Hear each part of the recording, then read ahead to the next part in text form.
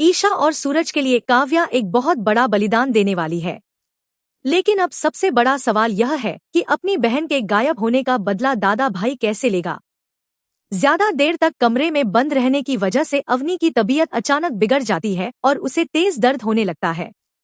उसे तुरंत अस्पताल ले जाया जाता है, जहां डॉक्टर उसका चेकअप और अल्ट्रासाउंड करते हैं।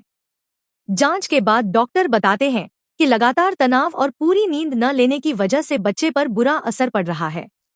डॉक्टर की सख्त चेतावनी के बाद सूरज पूरे परिवार को समझा देता है कि आज के बाद कोई भी अवनी से बहस नहीं करेगा और उसे किसी भी तरह का तनाव नहीं देगा।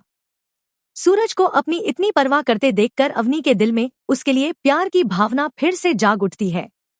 अब उसे हर तरफ सिर्फ सूरज ही दिखाई देने लगता है।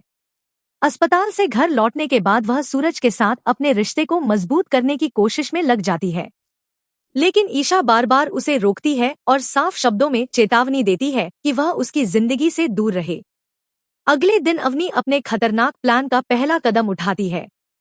वह अपने किसी खास आदमी को घर के बाहर बुलाती है और उससे एक रहस्यमयी बॉक्स लेती है। किसी को भी यह नहीं पता होता कि उस बॉक्स के अंदर क्या है और अवनी के दिमाग में कौन सी नई साजिश चल रही है। जब अवनी वह बॉक्स लेकर अपने कमरे की तरफ जा रही होती है, तभी काव्या उसके सामने आ जाती है। काव्या जब उस बॉक्स के बारे में पूछती है, तो अवनी कपड़ों का बहाना बनाकर बात टाल देती है और तुरंत अपने कमरे में जाकर सभी दरवाजे और खिड़कियां बंद कर देती है। अवनी की यह हरकत देखकर काव्या को उस पर शक होने लगता है। उसे याद आता है कि कमरे की एक खिड़की थोड़ी टूटी हुई है, जहां से अंदर आसानी से देखा जा सकता है। काव्या चुपचाप उस खिड़की के पास जाती है और अंदर का नजारा देखकर हैरान रह जाती है।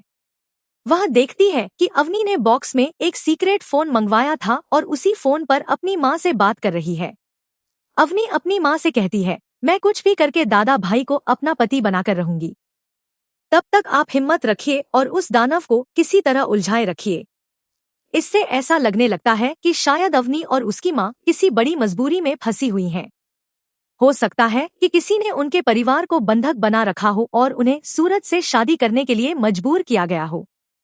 शायद अपने माँ बाप को बचाने के लिए ही अवनी यह सब कर रही है। लेकिन कहानी में सबसे बड़ा ट्विस्ट तब आता है जब काव्या अवनी को उन दरिंदों से बचाने के लिए खुद उसकी जगह सो जाती है। अंधेरे में वे लोग काव्या को ही अवनी समझकर उठा ले जाते हैं।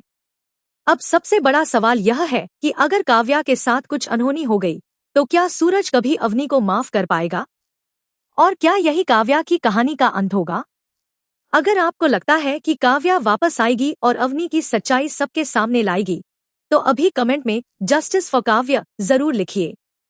वीडियो पसंद आई हो तो लाइक करें, चैनल को सब्सक्राइब करें और बेल आइकन दबाना बिल्कुल मत भूलिए, क्योंकि आने वाले हर बड़े ट्विस्ट की सबसे तेज अपडेट आपको यहीं मिलेगी।